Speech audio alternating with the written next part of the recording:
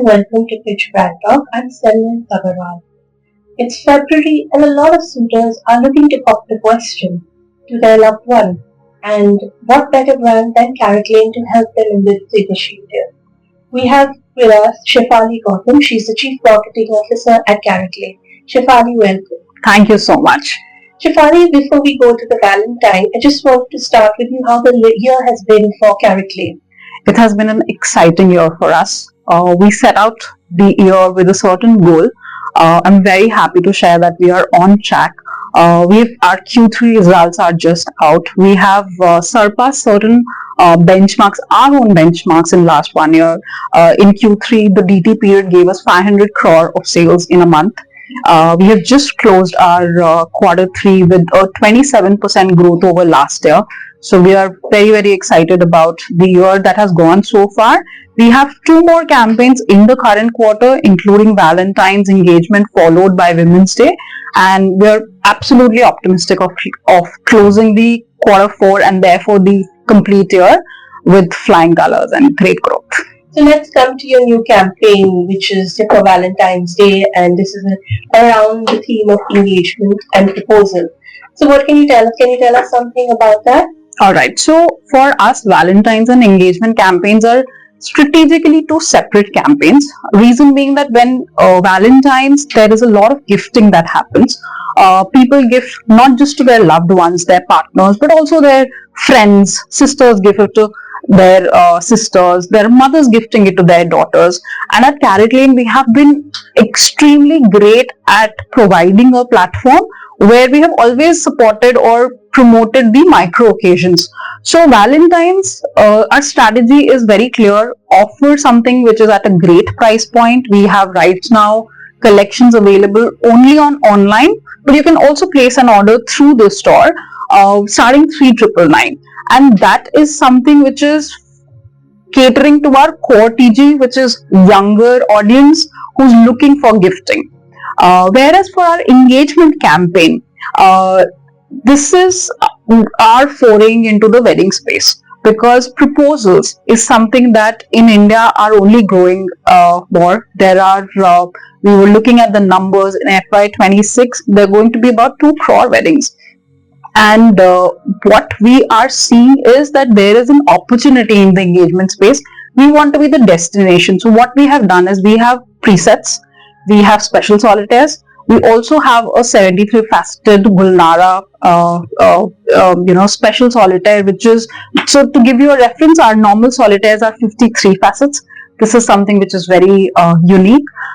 So we are offering our consumers a very large array of 400 plus engagement rings, which nobody else actually provides in the market today, and our prices are starting 25,000. That has been our USP always. So very tight product at a very, very attractive price for all the price points that you're looking for. You mentioned it's an attractive price point, but I just want to know, you mentioned these are special occasions, special moments. So how much of a bump up do you actually see, say because now it's Valentine's week, or during Diwali, or now Women's Day will be coming up. What's the kind of bump up do you see? Okay, so to answer that question, for us, we always see about a 25% increase in 30 days leading to the occasion. So our campaign of Valentine's and the Diamonds Studded Festival, it actually went live on 10th of January.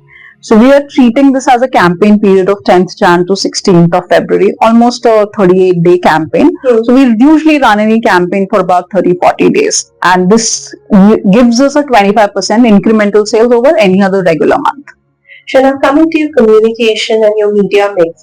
So for these 2 campaigns and also over the years, digital will be the lead medium. So how has this evolved, and will digital continue to be your lead medium with performance marketing, or where does each channel stand for you? Got it. So interestingly, for many years, almost over a decade, we were always programmatic first. And we have had almost 80% of our spends going into digital space. be it performance, be it remarketing, or even the media spends on YouTube or any other equivalent digital platform.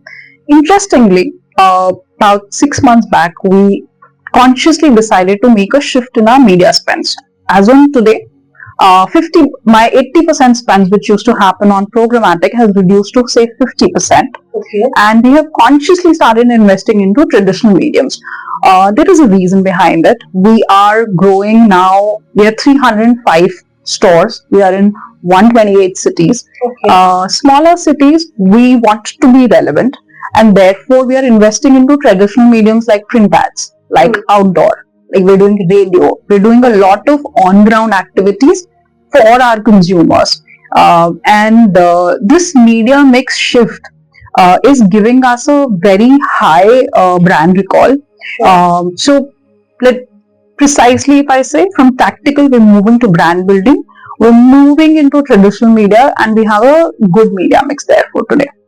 That's actually kind of opposite to what many other brands are doing, which is kind of interesting because yes, traditional media does have its pros also. But I just want to get from you, what are the kind of insights that you've kind of garnered from your consumer, and how do you then translate it into your marketing effort? Any particular insight that you've garnered? Okay. So, one thing which is very, very unique and is followed sacrosantly at Caratlane is whenever we run a campaign, be it for a collection, be it for a brand insight that we have, we start from the research.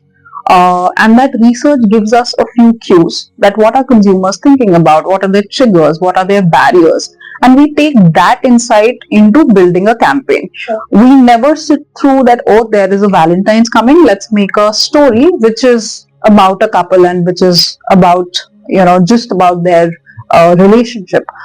In fact, I would like to talk a little about the engagement campaign. We ran a research and we tried to find out that what is it that really motivates a man who goes down on the knees. What are the emotional barriers or jitters which are running into the person's mind? And we realized that ultimately, because engagement rings are purchased by men a lot, we have for the first time very uniquely built a story which is about a man proposing to a girl and what are the jitters which are going on in his mind, and that is the insight we have taken forward into building our campaign film as well. So for us, insights are key.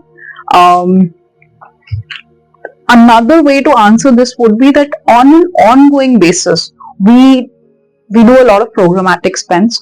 80% used to be programmatic, that has become 50%. But to give you a sense that even today, with 50% programmatic spend, we are way, way higher than any other jewelry brand in India. So, in terms of the media mix programmatic spend, in our absolute terms, we are still spending a lot. But what that helps us, that we have the journeys of every consumer sitting in every city, right from the top funnel to mid funnel to the final, last mile. We know everything about the consumer. What do they do? How many times they have come to us? What are the PDPs they have done? What products they have shortlisted? For our repeat base is almost 55%. 55. It's a very high percentage, and that kind of also is a testimony of how well we speak to them in their language, because we have a very personalized journey for everyone. We know their birthdays, we know their spouse birthdays, we know their anniversary, we know their father's birthday. So the kind of intervention we have around the year in their lives is very, very meaningful. Let me speak about a very sweet thing that we do. Every customer, we have their birthdays. We actually call them 2 days before that, please come to our store, we want to celebrate your birthday. They actually come to the store, there is a cake waiting for them, the entire store cuts the cake for them, and these birthdays and anniversary celebrations done at store are very overwhelming. There are our jewelry consultants who are constantly in touch with our consumers. Service is something that we have taken to another level, but this service level I am able to deliver only because I have a certain insight on the consumer through the journeys that we capture in our databases. And it's also the experience of Absolutely. having somebody just walking to store and having the entire store go happy birthday. True. But I just I just want a clarification. Your TG is 25 to 40 women. So is this engagement campaign, are you looking also at targeting obviously men? Because I would think that, a man, he would not be he would be out of place when going to select a ring, right? So how are you kind of dealing with that? No, so we had done a research and we found out that most proposals, either the men buy the ring to surprise their partner, Sure.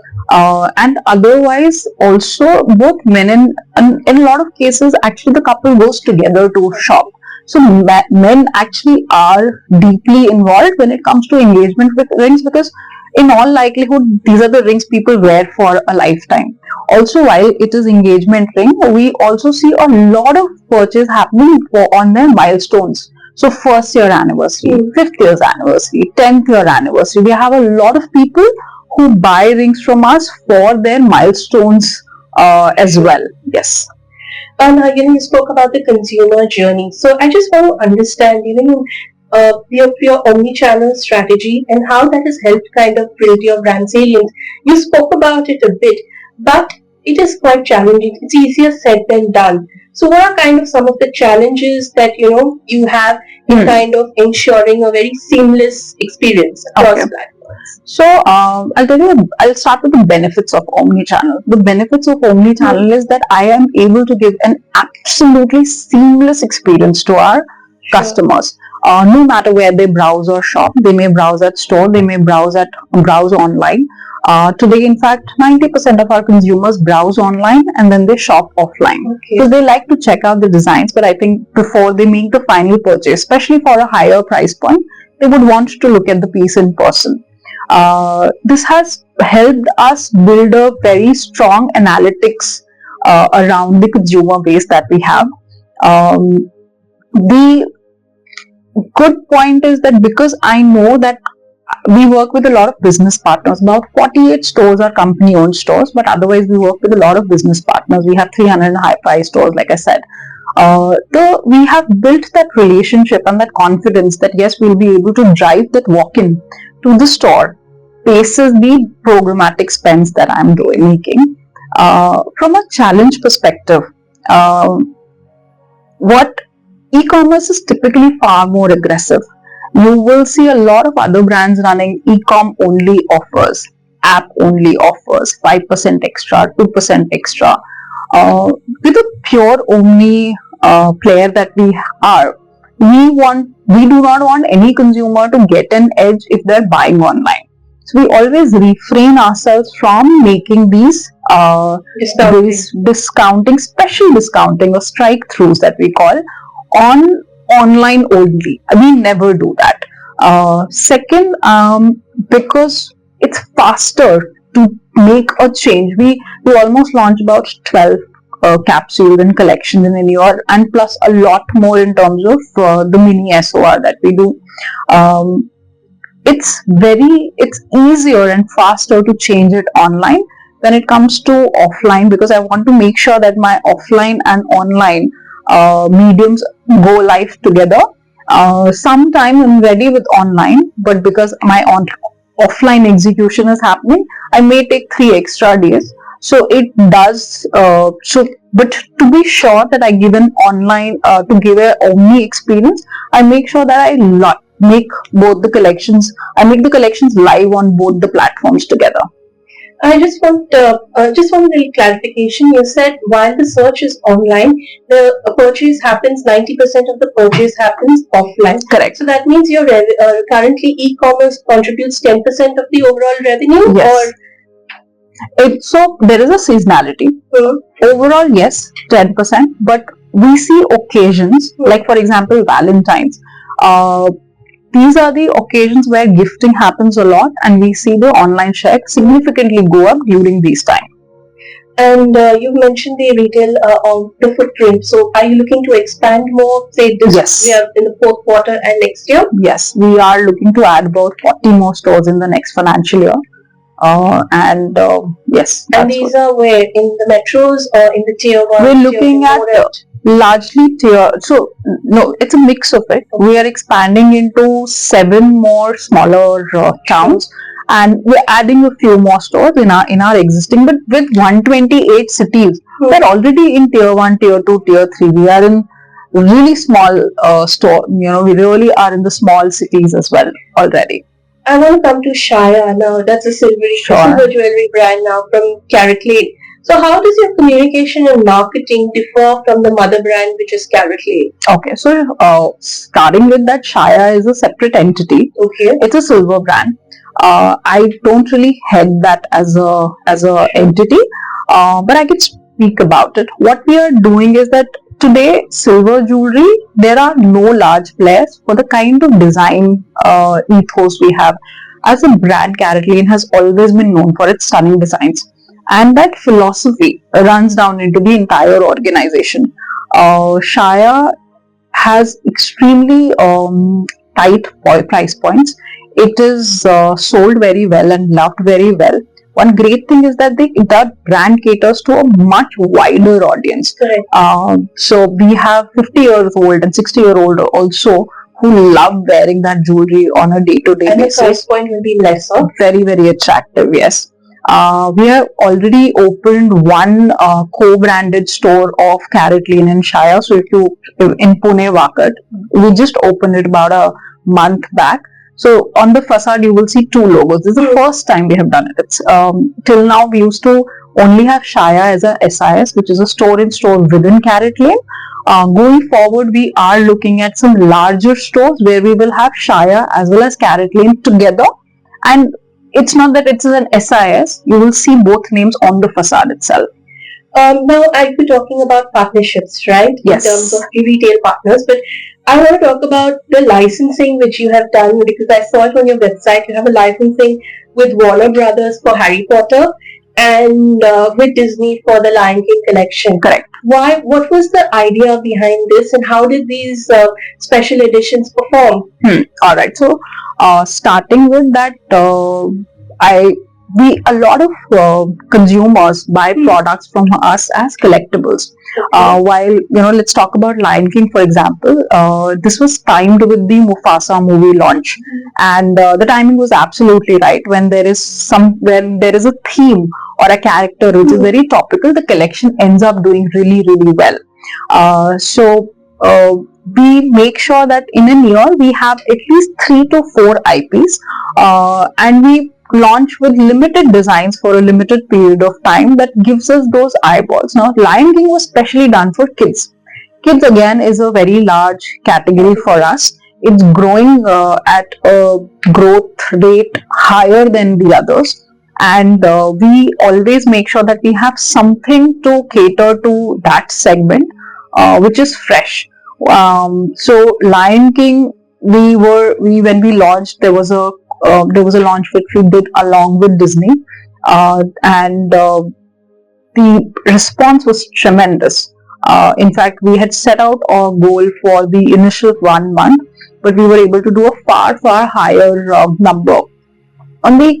A second part of that is that this also gives us an opportunity to engage with our consumers at a very different level. So, for example, when we launched Lion King, within 2 weeks, what we did was that we found out, we took out the data of our kids shoppers in the last 6 months.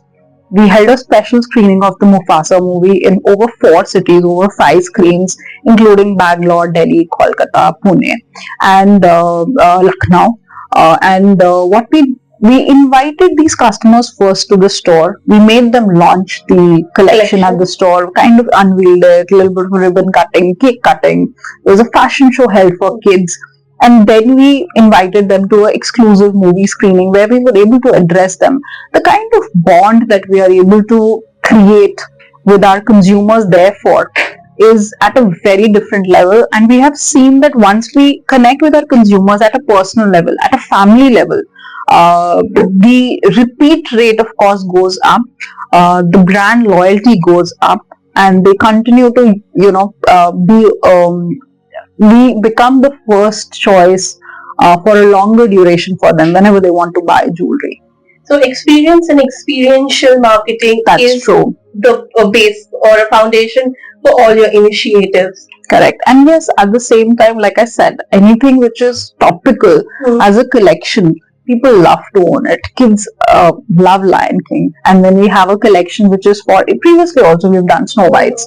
So whenever we have these collections which are on famous characters, they tend to have a very large following and hence drive up sales for us. And finally, what can we expect from Caratlane looking ahead? Your marketing spends will be going up next year. What else can we expect? Surely. So we are looking at over a 15 to 20% growth in revenue. We will be expanding more. Like I said, that we are expanding into 40 more cities. We are going into the marketing media spend. We will continue to experiment more with the mix. Like I said that earlier, we were into tactical communication and tactical brand campaigns. We have shifted ourselves to more of brand communication, brand building. Two spaces that we have definitely identified for ourselves is, one is engagement space. We have a very, very large offering for it. Second is the personal rewards that has done very well for us. Also, 70% of our shoppers are actually women. And when we speak to them, there are multiple insights we have. We would want Caratlane to be a platform which motivates them to wear their wins. It could be anything. It could be a small. You learn how to drive, you get your driving license, first salary. It could be anything, that as large as overcoming maybe a cancer to as small as learning how to ride a scooter. You want to be with them at critical and important moments of their life. Right. So I want to be the platform which helps them realize their smaller wins. A lot of time, we women are very, we underestimate our wins a lot. You speak to anyone and ask them that what are your wins, and they will stammer. But you ask the same from a man, they'll give you a long list. We want to be that platform which allows them to speak about their wins, realize them, and start wearing it on an everyday basis. Thank you, Shaifali, for your time. Thank you so much.